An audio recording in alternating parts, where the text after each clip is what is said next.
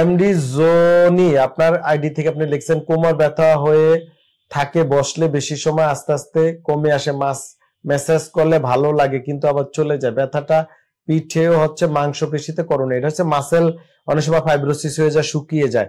আমরা যখন দীর্ঘ সময় এক জায়গায় বসে থাকেন, পানি কম খান, হাঁটা চলাফেরা কমে যায়, মুভমেন্ট কমে যায়, তখন এই সমস্যাগুলো দেখা দেয়। তো আপনি হাঁটা চলাফেরা মুভমেন্ট বাড়ান, রেগুলার অন্তত 3-4 কিলো হাঁটার অভ্যাস করেন, ব্যথায় মলম দেন, গরম সেক দেন, কুসুম গরম পানিতে গোসল করে দেখেন, এবং আপনি প্রয়োজনে একজন আমার মতো বাত ব্যথা বিশেষজ্ঞকে দেখিয়ে আপনি চিকিৎসা নিতে পারেন।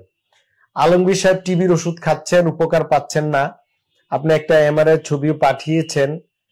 তো যাই হোক, আপনাকে তো কোনো না কোনো ডাক্তার টিবির ওষুধ দিয়েছে, কতদিন দিয়েছে সেটা শেষ করেন, যেহেতু টিবির ওষুধ খাচ্ছেননি, এবং ডাক্তার সাহেবের সাথে পরামর্শ করেন।